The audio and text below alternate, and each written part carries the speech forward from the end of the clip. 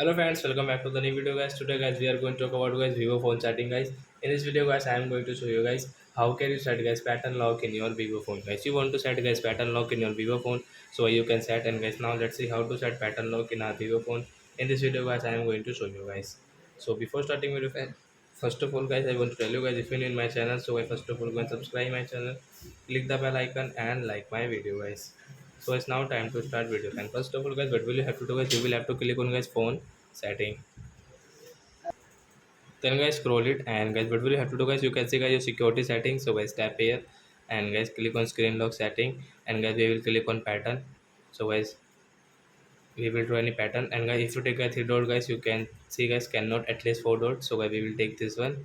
Next guys you can choose yourself, and guys wait here, done, and come back. So guys now you can see we have got this pattern lock in our Vivo phone guys.